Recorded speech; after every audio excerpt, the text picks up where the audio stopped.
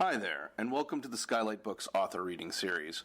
If you'd like to learn more about us and our many upcoming author events, please visit skylightbooks.com, where you can browse our inventory, buy books, and join our Friends with Benefits Club. You can also follow us on Twitter, Tumblr, and Facebook. To speak to a real live bookseller like me, please call 323-660-1175. Thanks for your support, and enjoy. We Wish You Luck is an exhilarating novel about a group of students who take revenge on a wunderkind professor, after she destroys one of their own. A story of collective drive to create, sabotage, and ultimately to love. Love, death, revenge. These age-old tropes come to life as the semesters unfold. Now, I'm not spoiling it. I'm not trying to, no spoilers. I'm leaving that to the author to take care of, telling the story. These age-old tropes come to life as the semesters unfold. This is the story of three brilliant grad students, Hannah, Leslie, and Jimmy. This is the story these three brilliant grad students have woven together, a story of friendship and passion, of competition and envy, of creativity as life and death. Lydia Kiesling calls We Wish You Luck a seductive and tightly controlled literary revenge story. With a dash of the secret history, We Wish You Luck is a wonderful hypnotic novel about craft, narrative, and the stakes of literary production. And this next one I really like because, anyway. Hala Alyan writes that it's rare to describe a book about writing as addictive, but that's exactly what Zancan has done here. And personally, I like books about writing, too, and, music about music, films about films. Okay, no one cares. Caroline Zancan is the author of the novel Local Girls. She is a graduate of Kenyon College and holds an MFA from the Bennington Writing Seminars, a senior editor at Henry Holt. She lives in Brooklyn with her husband and their children. Asia Gabel's debut novel, The Ensemble, was released by Riverhead, The Ensemble, in 2018. Her fiction has appeared in New England Review, Kenyon Review, Bomb, and elsewhere.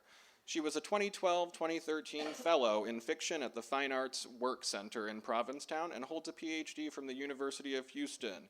Now, we are very excited to have these two wildly talented authors with us today. Please join me in welcoming Caroline Zancan and Asia Gabel.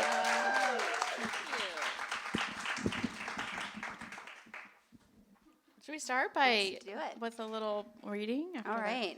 I'm going to borrow a chair because there's no...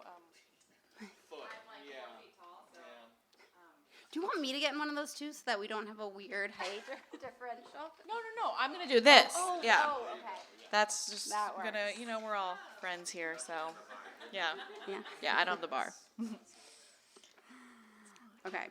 I'll just get right into it and start with the reading, you guys. So I don't think there's that much you need to know about the book to understand what's happening in this.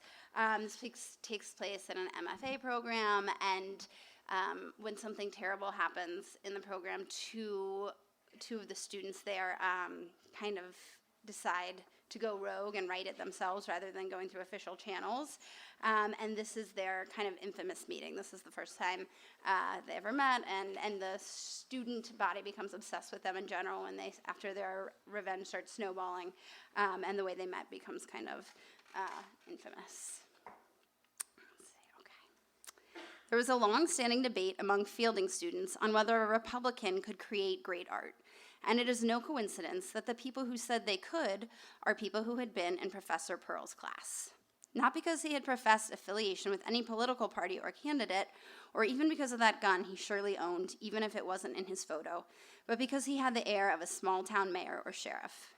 Not in a power-hungry way, but in the sense that he believed people took care of their own and didn't need any larger, more formal mandate to do so. People who swept in from far away generally only brought trouble.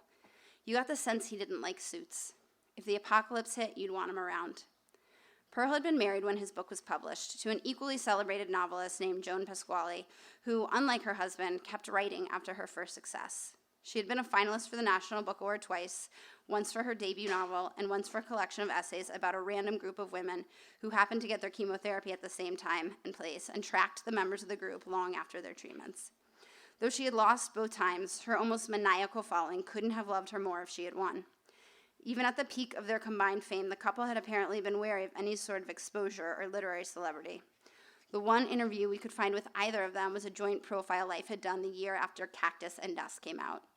In the picture we all remember most vividly, one as iconic as his author photo, Pearl looks up at the camera from a mahogany desk in front of which a 4-year-old girl with enviably shaggy locks and the lingering effects of a late afternoon nap sits playing. The couple divorced a year later, after which Joan and their daughter relocated to California.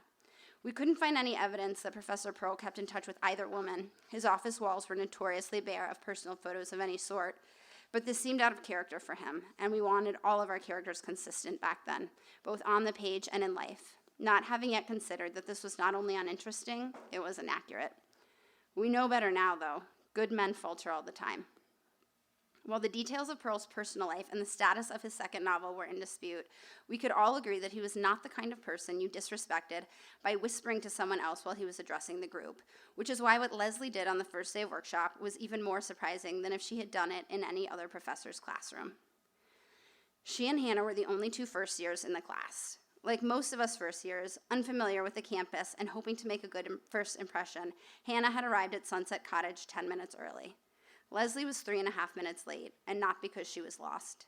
She pulled her hot pink earbuds out of her ears only after she had shut the door behind her, so everyone in the room got a few chords of Robin's demand that her new boyfriend call his girlfriend. The circle of students around the long table in front of her was small enough to appear informal, but the look her classmates gave her when they turned made it clear just how sacred they considered the ritual she was interrupting. "Sorry," she said in a way that insulted the word. The look Professor Pearl gave her was direct but empty at once, a look as meaningless as her sorry. "Sit," he said. And she did, but not in the chair he had nodded to, which was the one closest to the door. She directed her winking hips toward the table's only other empty chair, right next to Hannah, which she had to pass most of the circle to get to. 4 students had to scoot their chairs forward to make enough room for her to pass. The collective squeal of metal chairs on the linoleum floor was more offensive than even the Robin, but still he did not kick her out. He had already diverted his attention back to the rest of the class by the time he slid a copy of the one-page syllabus to her across the table, the graceful glide of his forearm totally divorced from the rest of his body. It finished its arc right as she finally landed in the chair. One of the few ways in which Professor Pearl's workshop did not depart from those in adjacent classrooms was the first day agenda. Even he used it as a throwaway day, dispensing the rules under which the workshop would be conducted and determining the order in which students would be workshopped. It was a soggy curriculum better suited for the first day of high school English, usually capped by the professor handing out a page or two of prose that was universally understood to be perfect. It was academic small talk, and Leslie had little patience for small talk of any sort. To be fair, Professor Pearl did try to curtail the condescension implicit in so basic a class by not insisting all the students go around the room reading a paragraph of his selection aloud. Instead, he had everyone take a Xerox copy of Alice Munro's Fits to read quietly to themselves. Most of the other students in the class were still on the first page when Leslie bent over and unzipped her backpack to retrieve a pencil case. She didn't even have the sense to be ginger in her unzipping or her case opening. She inspected each of the half-dozen colored pencils she took out of the case before lining them up in front of her. She didn't appear to put the colors in any particular order, but she did stop to make sure they were laid out evenly, so that their admirably pointy tips formed a perfect line before she picked up the green pencil closest to her. Once she began working, she stopped only to change colors, so focused on her creation that she didn't look up to note which color she was picking up in favor of the one she had just discarded, making everyone think there might have been some premeditation to the order she had put them in after all.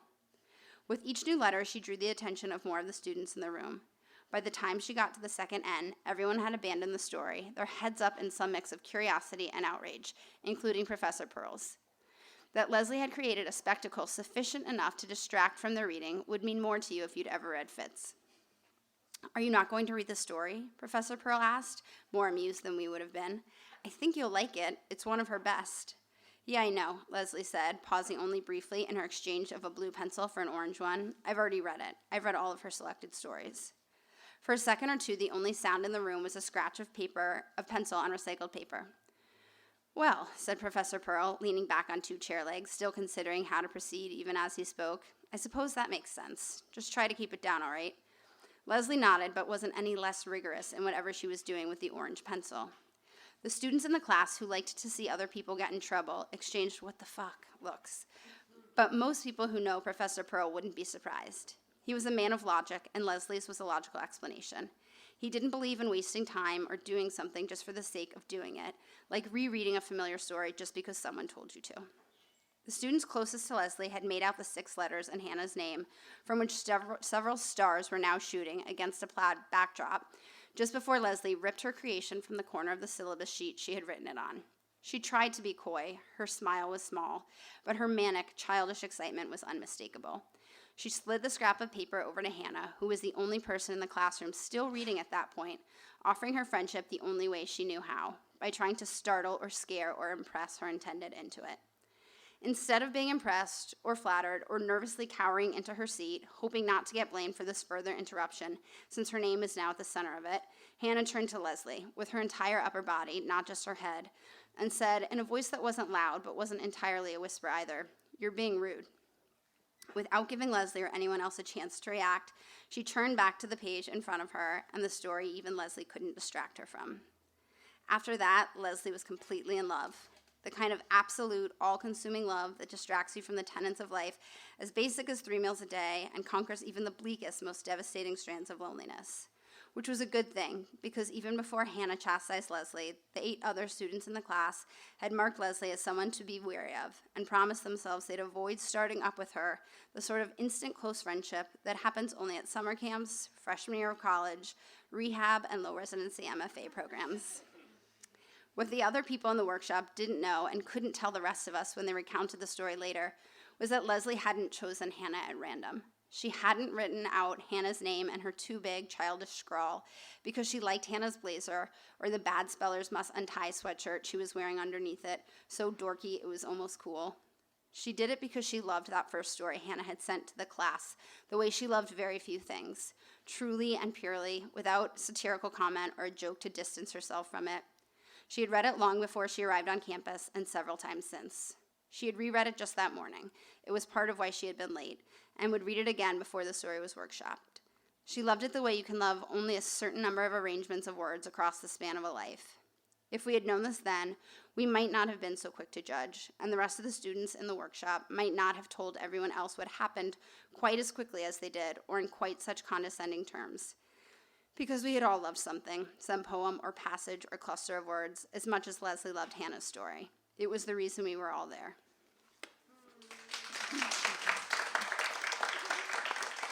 Oh. Wow, thank you. That was beautiful.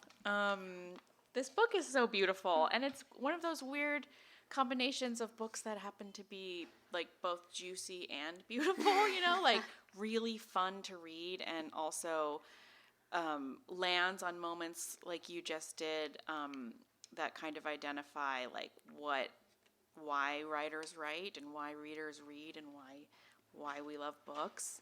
I wonder that feels like that can't have been what you started out with when you first conceived this book, so right, because it seems really lofty, so I'm wondering like when was the book born for you? When I first stepped foot on Bennington's campus, I was like, oh, I'm definitely going to write about this place. My two of my closest friends from Bennington are here, and they had to listen to me talk all 4 residencies about how I was going to write my Bennington book, and they were like, yep. And anytime anything of any note, you know, sometimes writers can be boring, so a lot of times nothing juicy happened, but anytime anything happened, I'd be like, guys, that's going in the book. And they're like, okay, we can't wait for this book. So it's just the kind of place that, you know, some of the greatest writers in the world have passed through there. I mean, I guess you can't really say Bret Easton Ellis is one of the greatest writers anymore. But, you know, Donna Tartt, Shirley Jackson, there are all these big people, and there are all these big people on the faculty that pass through, because the thing with the low residency program is you only have to commit to 10 days a term, so you get really big names like Amy Hempel, and James Wood was always coming to give lectures. You know, Jeff Dyer, Joanne Beard, they were all people who showed up on campus while we were there. So it's got that kind of history to it, but it's also just the most haunted place I've ever been. I actually was just there for the January residency, and I kept freaking out because I was in this beautiful glass cube for like faculty housing out in the middle of this desolate field, and it was like totally exposed, and I was like, this is how I die. This is the start of a dateline. There was like a thump outside the glass. It's shocking that I didn't make Ben drive up and rescue me. So it's a place that begs to be written about. So it was more the place that that kind of captured my heart and my spirit and my attention. And then I wrote another book in between because it, I didn't know what I wanted to say about this place yet. I just knew that I wanted to set something here. You had this book, and then you wrote and published a different book before you went out with this book. So I started at Bennington in 2011, and that's when I started talking about this book. And then my last term at Bennington, I started Local Girls, which was just a little bit more straightforward. It's essentially a bar conversation, which, is just one long stretch of dialogue with some history interspersed. So it was just a little bit, once it started rolling, there's one thing I know about, it's bar conversation. So I was like, oh yeah, I could do this in my sleep. But this just, it was, it's not a more complicated story necessarily, but I came to it from more angles, I think, here. Yeah. I was going to ask about that sense of place, because I've never been to Bennington, but I have been to the East Coast and been to college campuses, and I don't know if it's such a requirement of campus novels, although reading this I thought, oh, it must be, because they all seem to have these like places factor so interestingly and importantly in here. There's always fields where people could be having sex or could be breaking up, or like empty garden. The empty garden was a really interesting place, sort of like where old architecture meets these like young kids every year, sort of in their, or not even young kids, but people who are in that stage of life where they're trying to discover who they are or what kind of person they could be. Is that place really, like, can you map this back onto Bennington, and how did you think of place when you were writing this? Well, it's funny. I knew I wasn't going to be able to call it Bennington because some very dark things happen in the book, and to pin that on Bennington would be unfair because it's a lovely community where teachers don't go about committing plagiarism and driving students to desperate lengths. But I felt happy that I was going to have to change the name because I'm terrible with geography and names of buildings. So I was like, I can, this building can be next to that building, and I don't have to keep track of north versus south. It was almost like I made it Bennington, but then didn't have to fact check the geography and the layouts and all of that. And I was like, let's call it another school. So it's funny, like Sunset Cottage is in there, which is my undergrad, our English cottage there. So it's kind of like a mix of details, but mostly it's just, I think anyone who reads this and has been to Bennington would know. Be able to figure that out. Do you think that that's a common thing in campus novels, is to have these like places that feel haunted, but also like maybe give birth to new like lives as well? Because it felt like that was also in like Secret History and Well, Secret History is also Bennington. Yeah, right. And that, I think, was even closer to campus. They were all, like, more true to, she got the geographical details right. Let's put it that way. Donna Tartt's better at geography than I am, among other things. So, I would say, I also do think it's common in campus novels. Also, you're talking about these campuses in the East Coast. I just feel like it's the oldest part of our country, right? Yeah. So it's got the most history. And so when the more lives that have lived in, lived in a place, and the more layers you have to any one place, I do think it kind of, if you're prone to a creek in the night and thinking it's something more than a creek, then, these places certainly will speak to you, I think. That's why I won't apply to Yaddo, even though it may not accept me. I feel like I've definitely heard it's haunted, and I can't. It could be a happy ghost. It could be a ghost that would that might improve your writing. You never know. They don't have to. It doesn't have to be a bad thing, right? So for those of you maybe who don't know, there is a sort of subgenre of literary fiction called campus novels, and I read what you had written in Electric Literature about, sort of, I think you ranked like 10 or 7 best campus novels, and you put on there Zadie Smith's On Beauty, which is one of my favorite books and something I use to guide my the writing of my first novel, and it's interesting. I never thought of that book as a campus novel, but it absolutely is. I wonder what books you use. Did you stick to campus novels when you were writing this to sort of inspire you, or did you? I think look a at other bigger things? inspiration was just creepy novels that weren't necessarily plot driven, or I like to think there's a plot here, but it's more interested, I think, with this community of people and why they're writing and why certain people are drawn to this kind of impossible, thankless pursuit. But I like that kind of a lot of Amazon reviewers or Goodreads reviewers are calling it a slow burn. Some of them in a nice way, some of them in a mean way. Slow burn's not for everybody. But I think more than campus novels being an inspiration, I would say that the other slow burn books are an inspiration. Interesting, because it's not like, I can see why they're saying that, because like the section you read, like it's so you slow down what you're looking at and describing so much that but it fills it with so much tension, because like, what color pencil is she gonna pick up? Like, how does Professor Pearl lean back in his chair? That it feels full of tension, but the time is very slowed down. But the movement between those moments is quick, right? Like, you're going from intense moment to intense moment. Thank you. So what kind of books then, which books did you read, or were sort of guiding posts? I mean, I'm hesitant to say that because my inspirations are like some of the best books ever written, and I don't at all want to compare myself to them.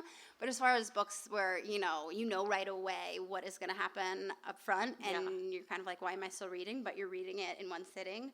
So just to be a real dork, I did my senior thesis at Bennington on Jeffrey Eugene's The Virgin Suicides, and that's a great example. Like, from the first paragraph, they all kill themselves. Yeah. And yet you're reading to find out why. I think that's a really good example of a slow burn book.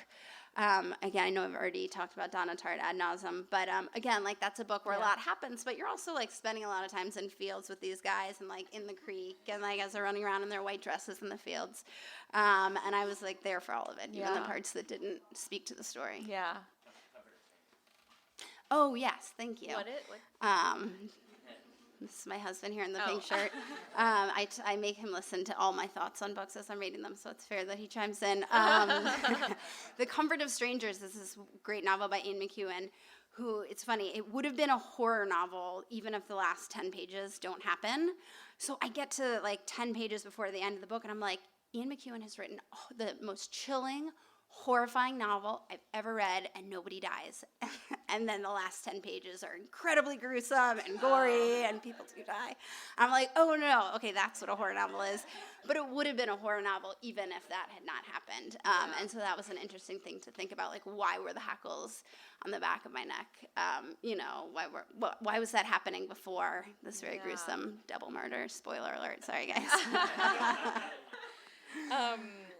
I'm going to ask you something that you probably have answered a million times already, but, and for those of you who haven't read the book already, it's told in the plural first person, the collective we. Was there a better term for that? No, no, those are the terms we use, but like The Virgin Suicides, which I find to be so difficult to do myself, and which you manage, because you sort of have to explain how you're describing the thing that you're describing without, like, who saw it and when and how it got communicated to everybody else. But you do it so expertly here that it doesn't feel at all, you don't even notice it, that you're explaining those parts. But I wondered, I thought it was really the perfect perspective for a book like this that is about art and artists and seeing and looking, and I wondered how you came to that perspective. So 2 of my all-time favorite books are both told in the communal we, Jeffrey Eugene's The Virgin Suicides, and also Joshua Ferris's Then We Came to the End, I always loved. But I always kind of avoided that perspective because I was like, I don't want to be derivative and do it just because, I felt like, I think anytime you're using a different perspective than just either first person singular or third person singular, there should be a really good reason for it, that you should be trying, there should be something specific you're trying to get out of it, so it doesn't, otherwise it usually ends up feeling like a gimmick, I find. That's, everyone has their own rules. And I felt like this really was the only way I could tell the story, because the idea is that it's the people narrating this make up one class of an MFA program, and they all want to be telling stories, and they all want to be, masters of the craft and master whatever story they're trying to tell, but they're not there yet. They're students. They're not novelists yet. But this is, instead of competing with each other to get there, there's no way this story could be told without all of them. They each see one piece of it. So even though they aren't yet ready to master their individual stories, together they can tell this story that is happening under their noses, that they get pieces of together, and they can master the story as a group, even if they'll never master that kind of drawer novel they all have. Yeah, it really also brings the reader in, I think, in this way where we're also like looking hungrily at talented Jimmy and beautiful Hannah and crazy Leslie, like where anyone who's been in a class where someone else was clearly more talented than you, or like more enigmatic or more charming, then you immediately go into that perspective, and it brings you in this way that I think is propulsive. Thank you. Yeah, not a slow burn. It does burn though. But so that said, is there anyone in that chorus that you liked writing more? I love the character of Leslie so much. So she is just a real person whose name is Leslie. And she's the most interesting person I have ever met in my entire life. She was a publicist at Henry Holt, where I'm a senior editor. And she was, this incredible publicist. She would take a small literary novel and get it in like People magazine or like the most anticipated list in Entertainment Weekly. And you'd be like, how did you get Entertainment Weekly to be like Jonathan Franzen and this like short story writer no one's ever heard of? She'd be like, that's my business. Like, don't worry about it. She was like also like kind of mean, but in a way that I loved. She was a publicist and I was an editor. I could like tell Leslie stories all day long. I won't. I'll just tell you this one other detail about her. And so my boss was the editor-in-chief, but also like everybody's boss. And Leslie would be like, hey, you. I'd be like, what? Like, I'm working, what?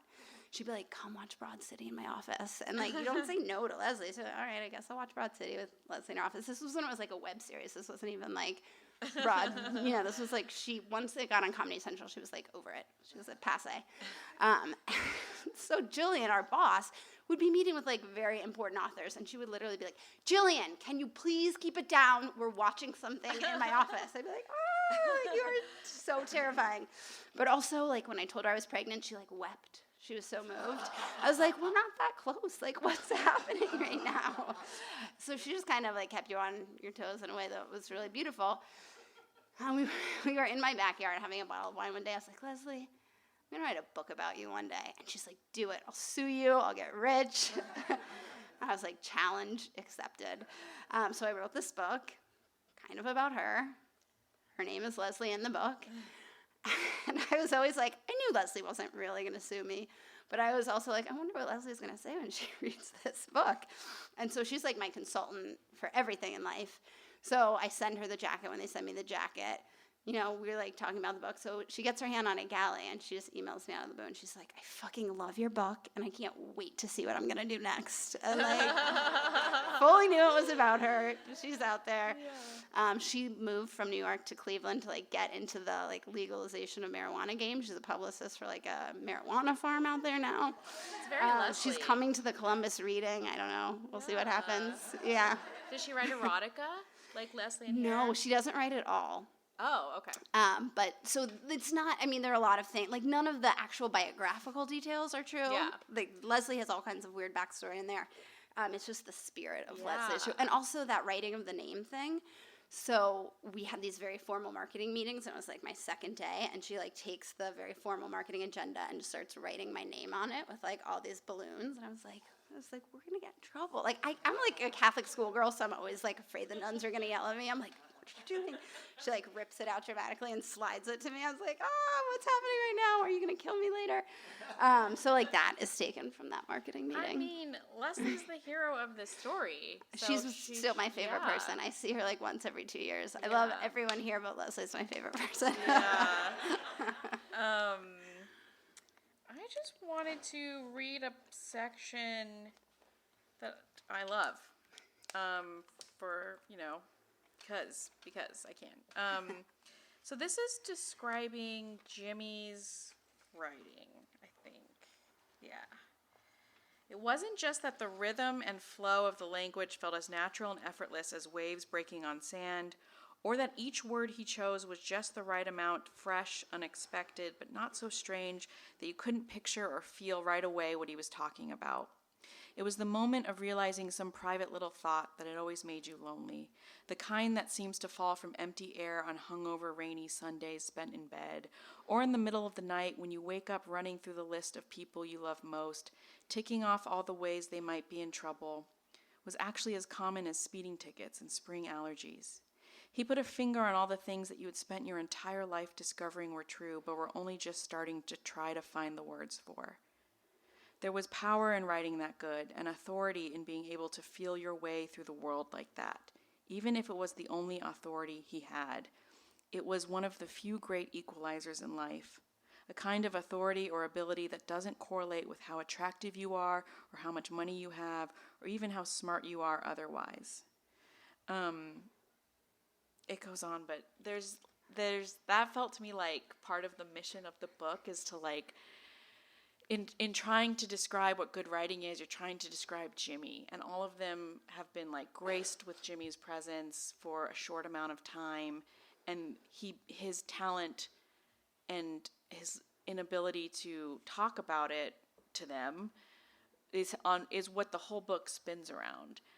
So it means that the whole book has to talk about his writing. It has to talk about how it's good and why it's good and why people desire it. And I wonder if you had any like qualms about writing. Like, you know, the introduction said, I think a lot of times people say write what you know, but don't make your characters writers, or like don't make your characters like screenwriters. Like, but there's something that really works in here about that when you talk about writing. So I wondered if you had problems with that and how you came to. I assumed that I was writing this book just for myself because I was like, no one wants to read a book about writers. And it was right after Local Girls had come out, and there's always that kind of like down period after you publish a book, and it's really fun, and you like celebrate with your friends, and people say nice things. Some Amazon reviewers say mean things, but like in general, it feels like a really nice culmination to a thing you've been working on. And so I started in that kind of like down period when I was like, I just need to be writing right now. Like, it doesn't matter that nothing will ever come of this. I just need to like remember why I do this, and just like work, this is the idea that wants to come out. So even though it's like fundamentally unpublishable, I'm going to do it. Because it was just what I wanted to be working on. I wrote it, I was writing under the title The MFA Candidates, which like I sit in publishing meetings every day all the time as a senior editor. I was like, they're definitely not going to let me publish this as the MFA Candidates. And actually my work wife at the time who's here, Sarah Bolin, so she and I were work wives with drinking buddies after work. Like, we were great at like figuring out an excuse why we needed to put a round of drinks on the corporate card. Like, oh, we lost that book at auction, we need to go have a drink. Or like, oh, that thing Jillian said to you in that meeting was really mean, let's go out for drinks. So this is like pre-children. So we ended up, the corporate card was in heavy rotation, and we had enough drinks one day that I was like, oh, I don't know what to do. I'm working on this book that I'm having so much fun working on, but it's about writers. And she was just like, do it. You got to do it. And I felt like if there was one other person sitting in these meetings with me who like knew how like kind of terrible that elevator pitch was, that was still like, you can still transcend this, just do it. And Sarah also like would never say that just to be nice. I say that lovingly. She would always try to talk me out of terrible books that I wanted to buy. So I knew if it was a terrible idea, she would have told me. So yeah, as far as like, did I have a problem with that? I assumed that I was writing it just for myself. And then it occurred to me as the more I wrote, the more I realized I wasn't really writing about writing and books. It was about other things that people could appreciate, even if they don't. I mean, maybe couldn't appreciate them if they don't like books, but could appreciate it even if they're not writers themselves. And then, of course, we did change the title, but happily, I did sell it to Riverhead with the title, The MFA Candidates, but that was fairly painless, the title process. Yeah, no, it is about so much more than writers and writing. It's about seeing and looking and wanting to be something and falling in love with people in a non-romantic way. Yeah. I have more questions, but I want to open it up to this audience too, if people have questions. Yes. I'm curious to hear you talk about being a novelist and an editor at the same time. An editor, I think, of fiction and non. Yeah, memoir and fiction, yeah. So, how do you, obviously people do that. Like, I just watched the Toni Morrison documentary. She did that, like, you walking in good for Me and Tony, you know. But how do you, like, as you're thinking about acquiring books or not acquiring books, is it informing your writing practice? As a writer, are you sometimes, like, super sympathetic when you give a note to someone? If someone says something, I would, how do you balance it? I don't think it makes me nicer when I'm giving notes, because I love getting, like, not mean notes from editors, but, like, I like to be edited. You know, there are writers who want to be edited and writers who don't want to be edited. And if I get a late edit from someone, I'm like, oh, well, look who's not doing their job. You know, like, my editor on this is a brilliant editor. We have the same editor I've ever had. Brilliant editor. But, you know, like, I started doing, like, essays for places and stuff, and different people have different heft to their edits, and I like a hearty edit, you know. So I'm definitely not I'm not a nicer editor. I'll, like, give a real edit. But I do think that it makes me more of a mama bear when it comes to publication, because it is shocking how vulnerable making it can be to have your work in the world, even if it's not at all autobiographical, you know, like, if I wasn't also a writer, I'd be like, oh, yeah, a 1-star review on Amazon. They're sociopaths writing from their parents' basement. Like, move on. But when it's your book, you're like, oh my God, I failed. You know, and I get that, and so I feel like I'm a good mama bear to my writers. But I think it also makes me a little bit more discerning in what I will take on. Like, I have to really love a novel to take it on. I think that's partly just because fiction is so hard. Like, the fiction marketplace is so it's tough, you know, like, books that are critically acclaimed and award-winning and win all these big awards will sell, like, a number of copies that would, like, make you weep. So you've got to do it because you got to do it. You got to really love something to buy it. And I'm also just like, this means I'm going to not be working on this. And, you know, like, it needs to feel as important to me as something I'm writing. Which sometimes that's easy. Sometimes I'm like, ugh, this thing I'm writing is crap. Yes, like, this is better. I'd rather work on this. But, you know, I gotta really love it, I think. So you have, like, 3 jobs. You have 2 kids, you're a writer, and you're a full-time editor. Yes. What does writing then look like for you? Like, that practice? I think that I always say, if I'm writing on something that I think has legs and that I'm excited about, like, I will cancel on almost anybody, except for maybe my mom, just because I never hear the end of it. If I'm in it and I'm passionate about it, like, I will stay up late into the night, even if I have to get up early. I will, cancel plans. I will whatever. But if I don't have something I'm excited about, I would never sit in front of a blinking cursor. You know what I mean? Right. So it's just kind of like when you have something you're excited about, you do it, you know? I did a lot of the revision on this book on my maternity leave for my first, baby Louie. And it was just, it was like, it was time to do it, you know, and it just worked out. I mean, sometimes it's like scraps on your phone and scribbles on napkins, and then you do have to find the time to, like, cobble it all together, and, like, polish it. But as far as, like, the broader strokes thinking, I think that I'm never not working on whatever I'm working on if I really love it. Yeah, that's probably good. I mean, it makes you only work on things that you really love, and you're not just writing something that is like, I should write something. Yeah. Other questions? It's always interesting when somebody has a book that they've, like, wanted to be working on for a long time, and it kind of, like, takes it, shape over time. But so it's like, I'm curious when you got the other element of it, like the kind of plotted part of it. When did that come into the picture? And then, like, how did you combine them? That's a really good question.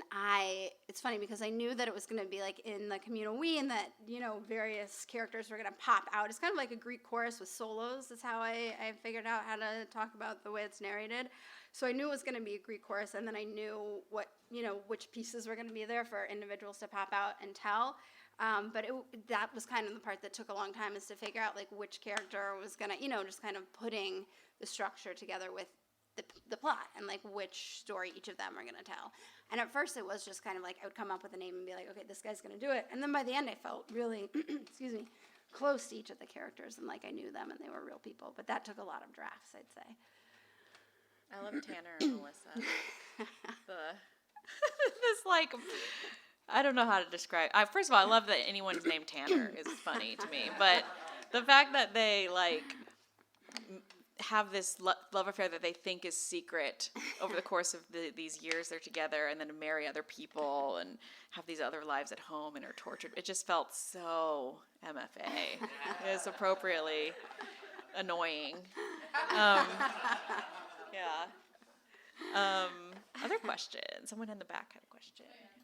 Kind of just more like a technical questions, might stupid, but what's the difference between like third person omniscient and the communal we? Because that's the first time I've actually heard of that. So I was just wondering. So I would say I didn't invent third person narration. I'm like, what I think of as third person narration. Someone who is not in the story. It's someone who's not at all involved, just giving you the gods, whether you believe in God or not, like this is what actually happened. This is like bird's eye view, God's eye view, like these are the facts. It's like the most reliable narration, and it's no one person telling it. It's just, the all-powerful, God of the book. And then the communal we is just multiple characters telling you the story together. Right?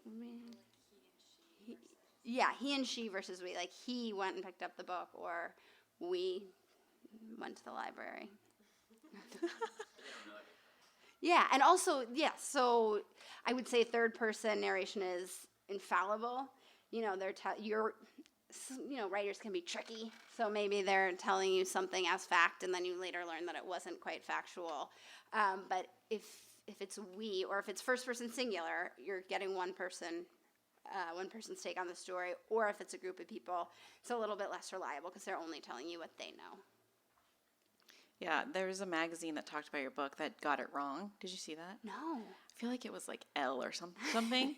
And they had a little blurb about your book, and they're like, it's told in the collective third person or something. And I was like, should I write a letter to the editor? Like, how does this editor not know what this perspective is? But it is. I never thought like it is. If you don't know points of view, you never think about it. Like, of course that's confusing. Yeah. It's hard to explain. I was like, oh God, I'm glad she didn't ask me that because I don't know how it would, been taught in a long time. I always like to ask, what got like cut from this book that you remember fondly? So there actually weren't a lot of cuts because, as my agent always says, she's like, you just write down the bones of the story. Like I send it to her once I'm like, there's a beginning, a middle, and an end. She's like, I always have. She had this great, beautiful, lush garden metaphor where she was like, every writer has this like wild garden that I have to prune, and she's like, you need some seeds in your garden, lady. Like we need, like I just like say what happened, and she's like, I want more here, more there. So usually when I send my first draft to Monica, my agent, it's 150 pages. I'm like, this will be a novella, and then it usually ends up coming out at like 300 pages, and she'll be like, the story's all here, but I wanted to know more here and there and there. Laura did a lot of cutting on the line. I think I'm of the school of thought when it comes to the line-by-line stuff, that the fewer words you can use, the better. The more direct, the more simple. So Laura would take like 3 words out of every sentence, but there wasn't a lot of like cutting passages. Yeah. The very last thing we did before we put it into production was we had like a 7 email back and forth about whether the cats in the book should stay or go, and I wrote her like a 4,000-word email on why the cat should stay. And it was not at all contentious because, her edits have been brilliant. We just both really, we were both ready to get in and talk about the cats. It was really productive and beautiful, and what I think editors should do. But they stayed. Yeah. That's really funny. Other questions? We have a couple more minutes, but yeah. You spoke at the beginning about knowing that you wanted to write about Bennington, but not being sure about what you wanted to say about it. Now that the book is done, what do you feel like you said about it? That's a hard question, but a good one. I think I I kind of walked onto Bennington's campus, and it was like a church. It was like people were there to worship at the altar of good writing, and people just spoke in these hushed, precious tones about people who had sold like 7,000 copies. And I was like, wow, like I'm so glad that this place exists to appreciate like great art that never quite did. Maybe it will make the canon. These people are still alive. You know, who knows how people's work will play out. But I thought it was so beautiful because, you know, I had done English, I had studied English Lit in undergrad, but that's all people who lived like hundreds of years ago, and it just felt like very of the moment. People writing things and people just eating it up and really appreciating it in a way that I had not seen it working in publishing. And it was kind of like, what drives this? Like, where does this love come from? Like, what are we getting out of this? Like, what is it in our souls that is, like, needing this? And why do we all, you know, writing is kind of, it's a really, if you don't enjoy the writing process, like, don't do it anymore because the publishing process is not that fun sometimes. And so I was kind of like, why do we write when we all know how, you know, how bleak sometimes the fiction market can be? I don't mean to be a Debbie Downer. If you want to write a novel, write a novel. A lot of books work too. But I was kind of like, why do we do this? And so that's kind of what I was exploring. Like, what is it that you can't get anywhere else that you are getting from books and contemporary fiction? And what am I getting? You know, if it's a hopeless pursuit, I'm really screwed because I'm at it at both ends. You know, I'm like publishing it and writing it, and so it's like, why am I here? Why am I worshiping at this altar? And what am I getting out of it? So that was, I don't know if I've answered those questions, but that's what I wanted to answer. Well, it's a lot of work for a not get rich quick scheme. Yes. So, but I feel like in like the section I read, for me, that was like one of the answers in the books. It's like, oh, they love it because they have been they've been able to try to describe something they knew was true but don't have the words for. But yeah. Sarah, do you have a question? I do have a question, but it's the worst one. That maybe was the last. Yeah. It's actually great. It was really well timed because I always tell my writers, whatever you do, be working on something new when your book comes out, because you're not going to have any control over like when reviews hit or what people are saying or like how mean the Amazon reviewers are. But the only thing, actually the Amazon reviewers have not been that mean this time. I don't know. Last time it was just that my very first review was a 1-star review by a woman named Kathy with an I. And she literally was like, this is the worst book I've ever read. And it was like 4 months before the book came out. And I like went down her Amazon review history. She had said a lot of books were the worst books she had ever read. So I was like, Kathy with an I, I'm on to you. They can't all be the worst. And then she'd given like 5-star reviews to like the tuna flavored cat treats that she just bought. And it just, Ben and I had a really fun night where we just like went really deep down her like Amazon review history. I'm gonna write a short story about Kathy one day. I'm not ready yet, but one day I will be. So I always tell my own writers, like, be working on something else.